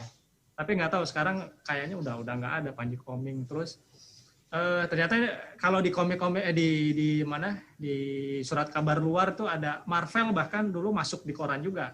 Ya. Cerita-cerita Spider-Man itu sebelum dibukukan dalam bentuk buku komik itu ya, dia sudah masuk juga di koran-koran. Itu saya kira menarik. Nah, yang lebih menarik lagi sebenarnya ada lagi koran kuning, Mas Prial. Ya. Gimana, Pak? Kira-kira ada koran kuning nggak zaman Belanda di Perpusnas tuh? Koran kuning seperti apa, Pak? Koran kuning itu apa ya? Kalau bisa dibilang koran itu isinya berita-berita yang bombastis ya, bukan hal-hal yang penting, tapi hal-hal remeh kayak misalnya kalau di pos kota itu ada rubrik, nah ini dia yang pojok kanan bawah. Barangkali ada nggak sih di era-era zaman Belanda itu yang ada koran-koran yang seperti itu gitu, koran-koran yang isinya mungkin kalau kita bilang sedikit cabul ya, tapi sebenarnya itu kayak misalnya tentang cerita perselingkuhan lah, cerita tentang apa yang sebenarnya tidak terlalu penting, tapi yakinlah bahwa koran-koran kuning itu pernah eksis gitu. Ada nggak ya, Mas? Ya, ada juga, Pak. Tapi dia nggak buat satu kolom sendiri, jadi bagian dari berita aja gitu. Kayak misalkan peristiwa apa ya, kejadian-kejadian yang emang nggak penting sih kan. Seperti misalkan pertengkaran suami istri yang menyebabkan apa gitu. Ada juga. Ya. Karena itu juga pernah jadi tema penelitian juga, bagaimana koran kuning itu pernah menghiasi di kita gitu ya, pada masa kolonial. Tapi saya sendiri belum pernah lihat bentuknya seperti apa. Kalau di sekarang ini kan, sekarang tuh kayak misalnya koran-koran lampu merah gitu ya. Itu biasanya kita suka lihat tuh kalau misalnya kita naik mikrolet tuh. Yeah. Mikrolet itu biasanya supir-supir angkot. Terus suka bacanya kayak gitu tuh Mas Prial. Jadi saya penasaran aja, di masa lalu tuh apakah ada juga ya koran-koran kuning seperti itu? Ya, biasanya memang surat kabar itu ada audiensnya masing-masing ya, Pak. Gitu kan. Jadi ada yang memang untuk targetnya untuk orang kota, ada targetnya misalnya untuk santri, ada gitu. Tapi kalau yang setahu saya yang seperti itu nggak ada sih secara tematik gitu. Saya nggak tahu kalau di majalah ya, teman kalau di koran saya belum lihat gitu, Pak. Baik, terima kasih. Ini kayak keren banget. Nanti barangkali bisa memantik pertanyaan dari para peserta kita dari bimbingan pemustaka online pada hari ini. Baik, terima kasih Mas Prial atas pemaparan yang menarik hari ini. Baik Bapak Ibu sekalian dan rekan-rekan peserta bimbingan pemustaka online, tadi kita sudah mendengarkan pemaparan dari dua narasumber kita. Untuk kesempatan berikutnya saya akan membacakan beberapa pertanyaan yang masuk di kolom chat. Ya, jadi tapi ini nanti pertanyaan ini akan saya ajukan satu-satu dulu. Jadi mungkin untuk Ibu Dini. Halo Bu Dini. Siap. Ya, ini ada pertanyaan sudah dari. Boleh saya jawab? Mungkin saya bacakan dulu kali Ibu ya. Baik Bu, ini dari Ibu Rahmawati Ningsih nih. Bagaimana kita membaca koran yang dari bahasa Belanda? Apa ada terjemahan atau keterangan rangkuman isinya, Bu? Silakan dijawab, Bu. Rahmawati, oke. Terus pasti mau tidak mau terus belajar tentang harus di saya punya pengalaman sendiri belajar bahasa Belanda selama di Belanda di ada luka karena itu seperti harus menghasilkan belajar usaha yang luar biasa mengalami sekarang kolektif mengalami dia lebih memahami itu bagaimana puyengnya bahasa Belanda zaman dahulu kala ya Mas Ria. Karena kalau kita bilang terjemahan rasanya terjemahan Google pun kalau terjemahan agak-agak aneh ya hasilnya gitu loh. Kami berusaha secara perlahan, tapi juga kalau kita pahami koran itu kan banyak sekali ya Bapak Ibu artikel semata menerjemahkan koran itu gitu Bapak Ibu. Itu untuk pertanyaan dari Mbak Rahmawati dan Mas Agung ya, Pak Anes. Kemudian ini boleh saya langsung sendiri nggak Mas Anes? Atau mau dibacakan? Boleh aja Bu, langsung aja. Kan udah saya forward tadi pertanyaannya. Oke, sip. Nah, yang kedua dengan Pak Lukman Ibrahim ya, Pak Bapak atau Mas nih, kelebihan mikro dibanding Alimedia Scan foto. Ini maksudnya apa nih kelebihan mikro? Alimedia Scan itu mungkin bentuknya digital ya. Jadi untuk sekarang itu ketika kita melakukan Alimedia, ini kebetulan ada Pak Wira nih. Pak Wira yang sebagai komandannya Alimedia itu ketika kita melakukan Alimedia itu Bapak Ibu kita menghasilkan digital dan mikrofilm. Jadi kelebihannya apa? Kalau mungkin kelebihannya kalau scan itu lebih mudah aksesnya ya. Sementara kalau mikrofilm ketika kita ingin membaca kita butuh alat bantu microreadernya. Sementara alat bantu bacanya itu microreader itu sekarang agak sulit. Tidak semua perpustakaan memiliki microreader. Bahkan di Jakarta pun hanya beberapa perpustakaan yang memiliki alat baca mikro. Mungkin itu ya kalau kelebihan. Tapi sementara dari segi perawatan, mikrofilm itu sendiri membutuhkan kondisi suhu dan ruangan yang tertentu, tidak bisa sembarangan. Mungkin itu ya kelebihan dan kekurangannya Alimedia Scan dan mikro dibanding mikrofilm, koleksi mikrofilm. Semoga bisa memuaskan jawaban saya terhadap Pak Ibrahim. Kemudian yang ketiga dari Mas Tony, siapa nih? Tony, saya lupa, ini J apa A ya? Proses dokumentasi dan arsiparis di masa lalu, kendala selama melacaknya. Nah, itu dia Mas. Rasanya kalau pendokumentasian pada masa lalu itu kan kita bicara tadi Mas Firdaus sempat menyinggung masalah perbedaan arsip dengan koran. Kalau arsip itu adalah koleksi dokumen yang dihasilkan setelah adanya kegiatan. Sementara kalau kita di perpustakaan kita mengumpulkan semua bahan perpustakaan yang ada di masyarakat, artinya hasil olah pikir masyarakat. Nah, kendala masa lalu kalau zaman dulu mungkin proses pembeliannya juga belum maksimal ya. Kemudian untuk melacaknya agak sulit karena sekarang sudah di masa kini kita bingung siapa yang bisa kita temui untuk melacak dokumen-dokumen itu. Karena mungkin orang yang bersangkutan sudah nggak ada dan kita tidak tahu siapa lagi yang bisa kita tanya. Mungkin itu. Kemudian untuk keempat, ini Ibu atau Bapak Happy, rasanya sudah dijawab oleh Pak Wira karena beliau yang melakukan Alimedia. ini kalau saya bacakan ulang, Pak Wira menuliskan untuk alih medianya kami Perpustakaan Nasional menggunakan scanner ukuran besar. Ukurannya A1, A atau 0 yang berbasis kamera atau kamera DSLR. Jadi Bapak Ibu, kami di Perpustakaan Nasional itu punya kamar masing-masing. Saya di layanan, kami di layanan itu kalau dianalogikan dengan proses di restoran adalah kami hanya sebagai waiters yang menyajikan masakan atau dokumen yang ada di Perpustakaan Nasional. Bagaimana proses pembeliannya, bagaimana proses pengadaannya, pengadaannya itu dibeli oleh bagian pengadaan, diolah oleh bagian pengolahan, diberikan nomor panggil, diberikan dimasuk di entry data di dalam inlist opak.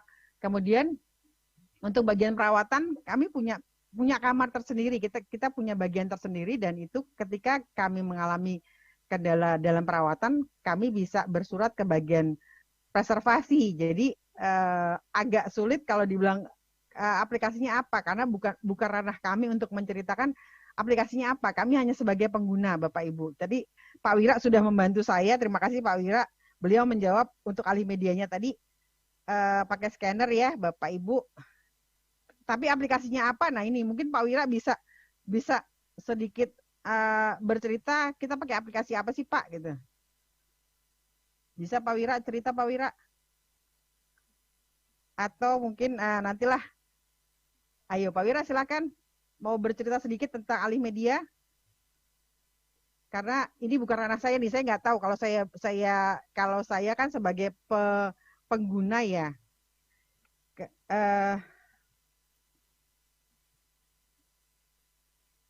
Oke, nanti mungkin Pak Wira bisa tulis aja di kolom chat ya, aplikasi apa yang bisa di ini. Kemudian untuk Mas Edwin, ini pertanyaannya lumayan ini ya. Kok Borneo Sinbun tidak lengkap, kenapa? Jadi begini Mas, tadi Mas Rial bilang kita mengumpulkan yang berada di masyarakat, hasil olah pikir masyarakat, koran-koran yang berada di masyarakat. Kemudian kenapa nggak lengkap?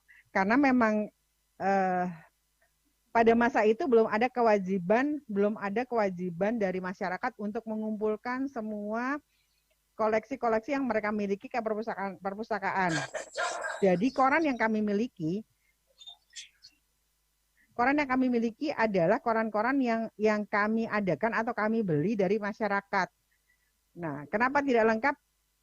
Ada banyak kendala, apalagi di masa lalu ya, ada banyak kendala. Mungkin memang pada saat pembeliannya, perolehannya lengkap, tapi pada saat proses pemindahan, seperti saya bilang, kita kan penggabungan dari 4 perpustakaan ya Bapak Ibu. Nah, mungkin pada saat pemindahan koleksi dari perpustakaan asli ke Perpustakaan Nasional ada kerusakan atau apa, atau mungkin memang pada saat pengumpulan awal memang kami tidak membeli full. Nah, jadi kenapa nggak lengkap? Mohon maaf, saya tidak bisa menjawab secara gamblang. Kenapa nggak lengkapnya? Karena ada banyak kendala. Kenapa itu tidak lengkap? Sama seperti koran-koran yang kami miliki saat ini pun di Perpustakaan Nasional ada beberapa yang sudah hilang, sudah rusak, tidak bisa diakses. Itu pun ada. Begitu Mas Edwin. Kemudian untuk Mbak Putri siapa nih tadi? Mbak Putri mencari tentang surat kabar terbitan Sumatera Barat tahun 1840 sampai 1927. Ini saya tadi di bagian belakang, Mbak. Tadi sudah ada katalog mikrofilm, Mbak. Surat kabar mikrofilm itu bisa dicek, Mbak. Surat kabar yang terbit di Sumatera Barat. Silahkan dicari.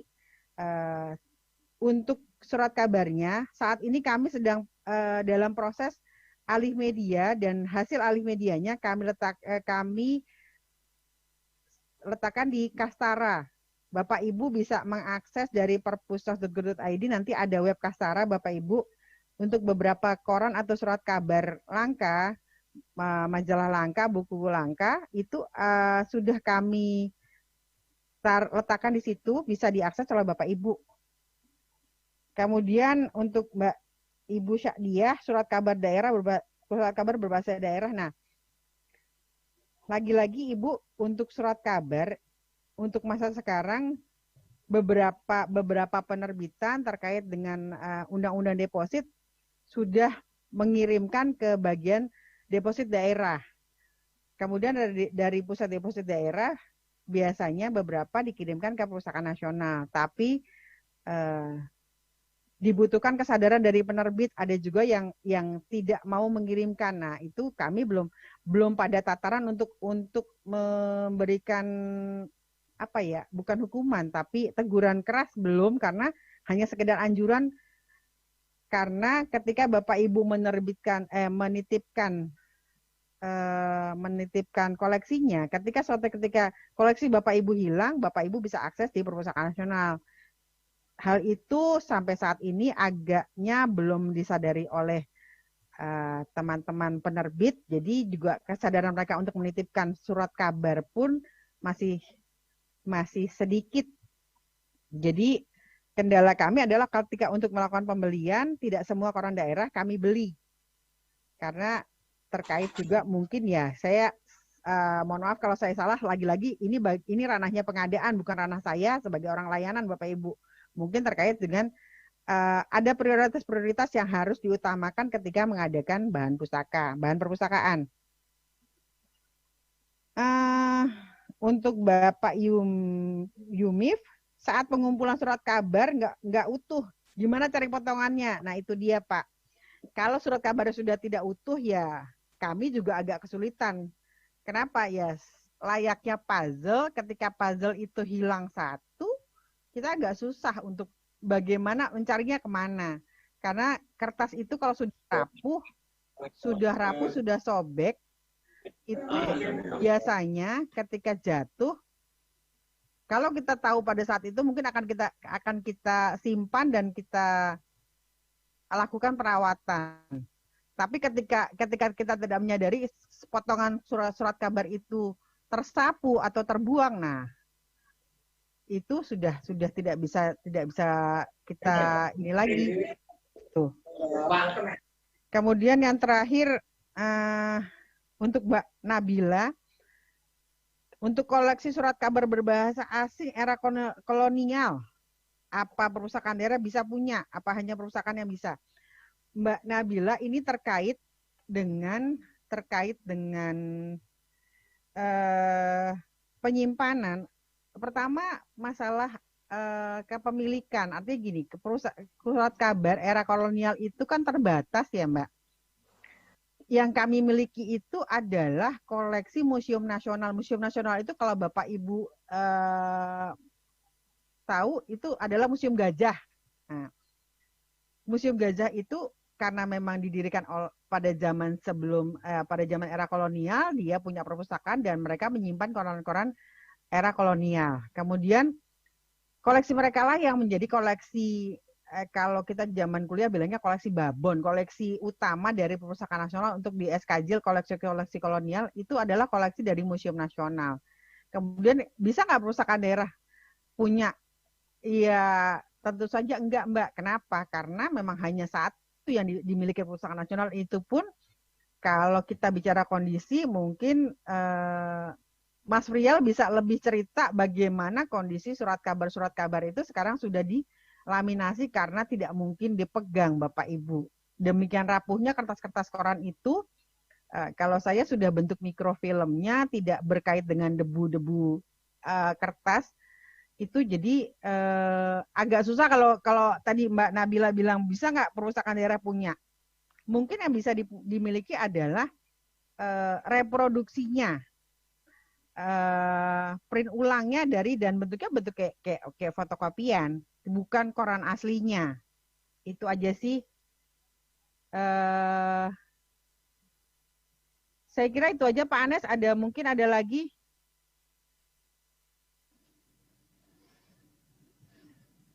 Ya, sepertinya mungkin dikasih kesempatan Mas Frial dulu kali ya untuk ya, menjawab. Benar.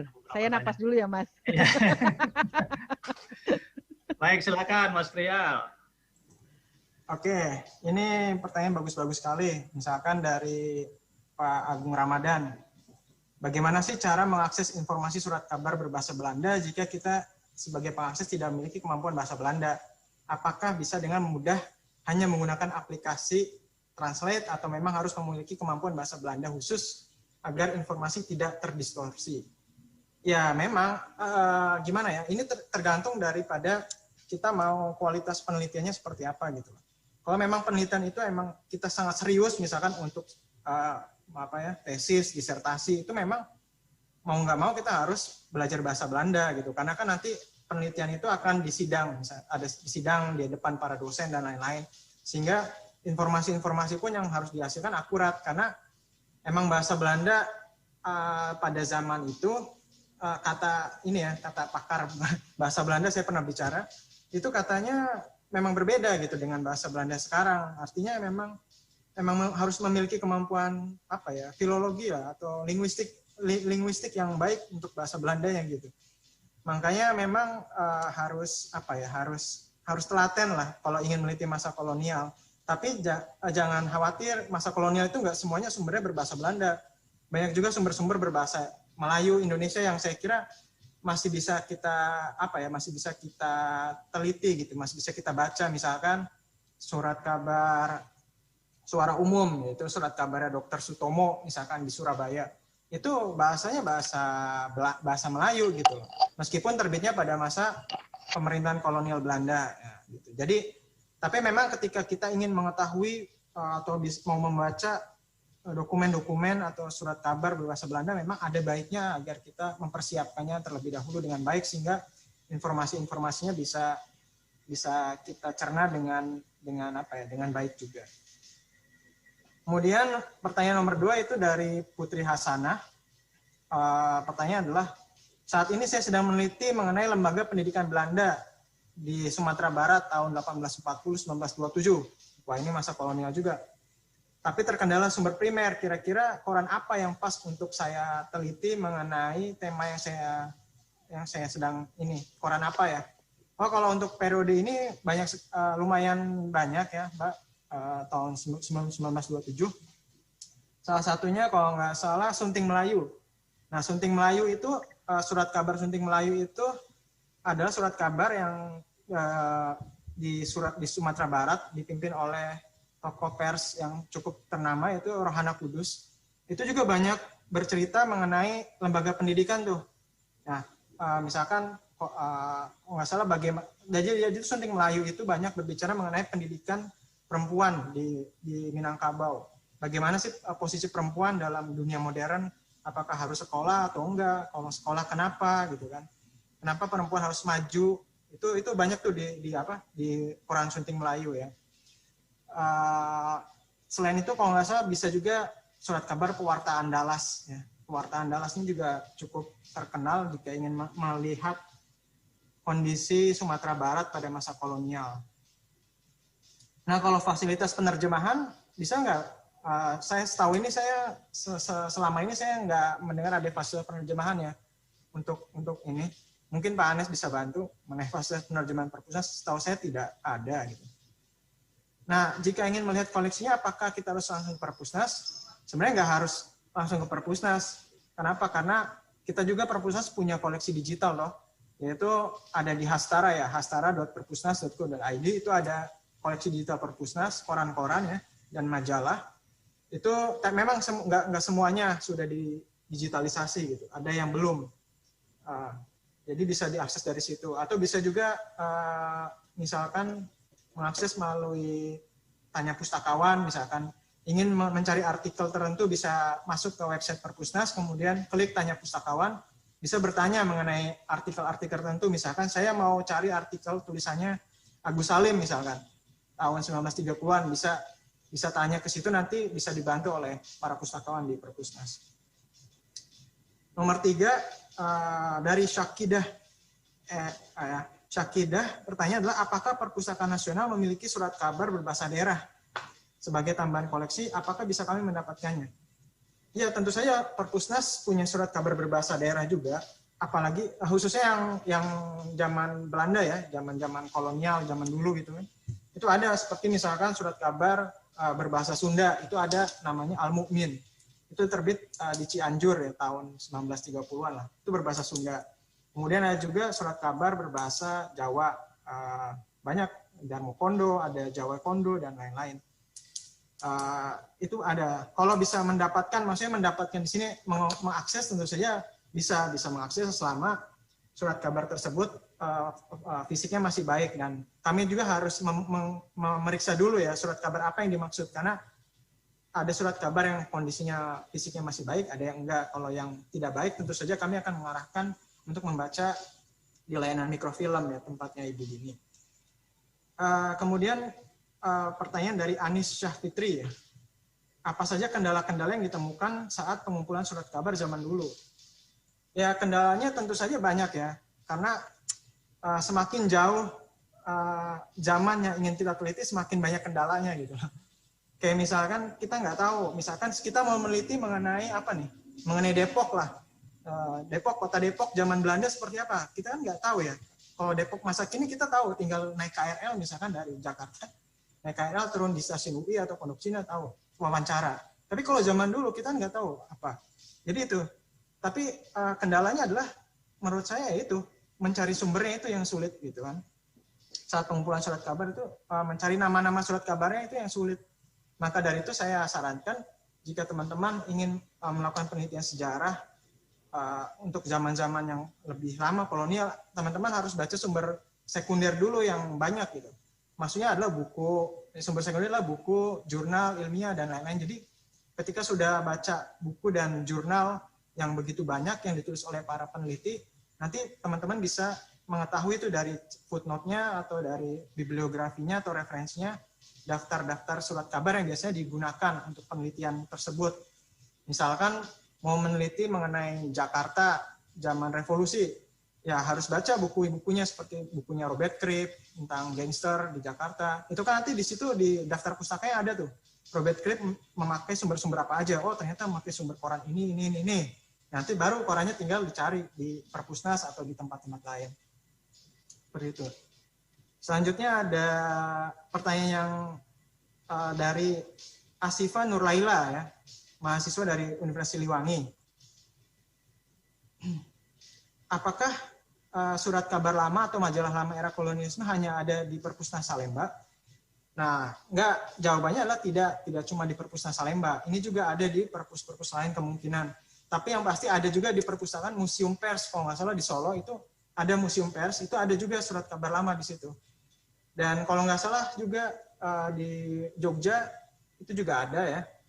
Jadi tidak hanya di Perpusnas. Karena apa? Karena koran atau majalah itu kan produk ini ya, produk dagangan ya. Jadi zaman kolonial koran itu produk dagangan. Bisa diperjualbelikan di mana saja, tergantung sirkulasinya. Kalau sirkulasinya se-Indonesia ya bisa kemungkinan ditemukan di seluruh Indonesia juga ada. Ya karena dia itu surat kabar itu dulunya adalah produk ekonomi ya, diperjualbelikan, maka tidak heran misalkan ada orang punya surat kabar, misalkan surat kabar Sinpo atau surat kabar Javaskoran. Ya karena memang zaman dulu surat kabar itu diperjualbelikan. Mungkin leluhurnya membeli surat kabar itu kemudian disimpan sampai zaman sekarang ke anak cucunya diwariskan, bisa jadi gitu loh. Jadi surat kabar itu nggak seperti arsip ya gitu kan. Jadi kalau arsip itu kan nggak diperjualbelikan ya setahu saya ya. Tapi kalau surat kabar itu kan memang produk ekonomi juga waktu itu. Jadi nggak semua orang zaman dulu juga bisa membaca koran gitu. Nggak semua orang pribumi bisa mengakses koran. Karena apa? Karena ya memang surat kabar zaman dulu ya apa ya, surat kabar itu perdagangan juga gitu. Ada jual beli di situ gitu. Seperti itu. Baik, itu aja Pak Anes. Baik, terima kasih Mas Prial atas penjelasannya. Ya. Ini sepertinya sudah hampir semua pertanyaan di lalap habis nih kayaknya nih Mas Prial. Sama Mas Prial juga dengan Ibu Dini nih. Untuk sebentar saya cek lagi. Oh, ada satu lagi nih Mas Prial, ada pertanyaan dari Bapak Zaki Faturrahman. Ya. Pertanyaannya apakah sudah ada daftar katalog terpisah surat kabar yang diklasifikasikan berdasarkan bahasanya dan aksaranya? Terima kasih sebelumnya. Selama ini di Perpusnas Salemba itu saya belum lihat ada surat kabar yang kisahkan berdasarkan bahasanya kalau nggak salah. Tapi semoga saja saya salah ya, mungkin saya belum menemukannya gitu kan. Semoga ada, kalau ada pasti akan saya informasikan melalui web Perpusnas atau Pusjasa ya, nanti bisa diupload. Cuman sejauh ini saya belum lihat ya. Pak Anies, boleh bantu jawab nih Pak Anies untuk silakan Bu Dini. Pak Zaki. Jadi mungkin ini terkait dari tadi saya share tentang katalog mikrofilm mungkin. Jadi kan kami memang sudah membuat di luar dari OPAK, kami bikin daftar katalog tersendiri, katalog lokal kalau istilah alfabet judul surat kabar Pak Zaki. Jadi di situ lengkap sudah ada kala terbitnya, periode apa yang kita miliki, kemudian ada nomor panggilnya, di mana koran itu diterbitkan, juga bahasa. Tapi kalau untuk klasifikasi kan itu belum kita urutkan, tapi kita mengurutkan berdasarkan urutan judul korannya. Itu yang bisa saya jawab. Kemudian Mas Anes, ini ada Mas Faisal, Mas Anes yang dia memohon update tentang Kastara. Kalau boleh saya jawab, saat ini kami ongoing, sedang proses Pak Faisal dengan bagian Alimedia, itu kami tahun ini secara bertahap melakukan alih media, jadi mungkin proses updating akan selalu kami lakukan. Mas Anes, saya langsung jawab semua aja nih, kayaknya ada beberapa pertanyaan lagi. Boleh Bu, silakan. Ada ini Bapak atau Ibu Nihlah ini tentang pembuatan clipping dari koran, sama Mas Bapak ya, Nur Asifuddin. Kalau pembuatan clipping rasanya belum ada apa ya panduan pastinya. Jadi mau pakai kertas apa aja monggo. Kemudian di Perpustakaan Nasional kita buat clipping nggak sih? Kebetulan kami melanggan satu koran itu dalam sehari ada sekian eksemplar Bapak Ibu. Jadi satu yang kami simpan untuk sebagai koleksi kami, yang lainnya itu akan dibuat akan digunting-gunting, dipotong-potong seperti kita waktu kita kecil bikin clipping. Tapi pembuatan clippingnya disesuaikan dengan topik yang menjadi prioritas pada masa itu. Itu ada bagian tersendiri yang buat clippingnya. Kemudian tadi Mbak siapa ini Sita Nur, cara mengakses koleksi secara online ya tadi melalui Kastara ya. Itu aja Mas Anes. Jawaban-jawaban yang terakhir, kurang dan lebihnya Bapak Ibu mohon maaf ya kalau ada yang kurang berkenan. Terima kasih. Baik, terima kasih Bu Dini.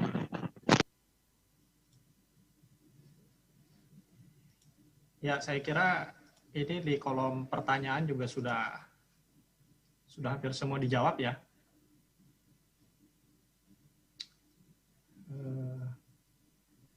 Nanti mungkin untuk akses koleksi-koleksi digital, silakan Bapak Ibu dan teman-teman peserta bimbingan pemustaka online mengakses link Kastara kita, jadi di kastara.perpusnas.go.id. Baik Bapak dan Ibu sekalian, karena sudah tidak ada pertanyaan lagi, maka sudah berakhir sesi tanya jawab kita di acara bimbingan pemustaka online pada hari ini. Untuk berikutnya saya kembalikan kepada MC. Silakan Mbak Arini. Terima kasih Bapak Anes. Baik hadirin Bapak Ibu yang kami hormati, akhirnya kita sampai di penghujung acara. Sebelumnya kita ada foto sesi bersama. Siap-siap ya. 1, 2, 3. Baik Bapak Ibu, akhirnya kita sampai di penghujung acara. Kami mengucapkan terima kasih kepada Bapak Ibu yang sudah hadir, sahabat Perpusnas yang telah mengikuti acara ini dari awal sampai dengan akhir. Baik yang hadir melalui Zoom maupun melalui streaming YouTube WBS Radio Perpusnas. Terima kasih atas kehadiran dan partisipasinya. Terima kasih kepada Ibu Koordinator Substansi Layanan Monograf dan Berkala Langka Perpustakaan Nasional Republik Indonesia, Ibu Lutfiati Makarim SSMM. Terima kasih kepada Pak Anes sebagai moderator yang telah memandu acara ini dengan baik dan berjalan dengan lancar. Terima kasih kepada kedua narasumber kita yang luar biasa, Bapak Pria dan Ibu Dini. Semoga ilmu dan informasi yang diberikan dapat memberikan manfaat bagi kita semua. Amin ya Rabbal Alamin. Amin. Kami memberikan informasi tambahan bahwa Perpustakaan Nasional mengadakan kegiatan FGD dan bimbingan pemustaka online selanjutnya dengan tema yang berbeda yang akan diinformasikan lebih lanjut di media sosial Perpustakaan Nasional, di IG, di Twitter, di Facebook, dan di YouTube Perpustakaan Nasional Republik Indonesia. Apabila ada salah kata dan kekurangan dari kami, mohon maaf yang sebesar-besarnya. Akhir kata, wabillahi taufiq wal hidayah wabarakatuh.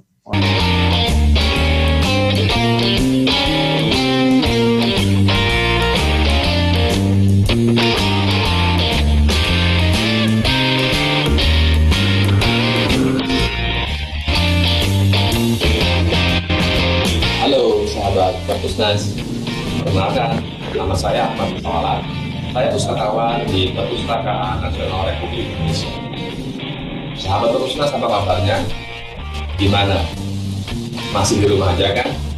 Tentunya sahabat Perpusnas masih tetap semangat dalam mengikuti himbauan pemerintah saat ini, yaitu untuk tetap berada di rumahnya. Agar tetap produktif, selama berada di rumah, banyak hal-hal yang seru dan bermanfaat yang dapat kita lakukan. Misalnya, berkumpul bersama keluarga, atau bagi ibu-ibu bisa mencoba resep makanan baru. Dengan membaca, kita bisa menambah wawasan dan pengetahuan. Saat ini, sahabat Perpusnas bisa mendapatkan bahan bacaan yang sesuai dengan keinginan, tanpa harus keluar rumah untuk membeli buku. Jadi, apa itu bagaimana? Yaitu dengan aplikasi iPusnas. Aplikasi iPusnas ini dipersembahkan oleh Perpustakaan Nasional Republik Indonesia. iPusnas adalah aplikasi perpustakaan digital yang berbasis media sosial yang dilengkapi dengan e-reader untuk membaca e-book dan dapat diakses melalui berbagai perangkat. Bisa melalui smartphone, komputer, dan laptop. Nah, sekarang mari kita simak tata cara penggunaan iPusnas.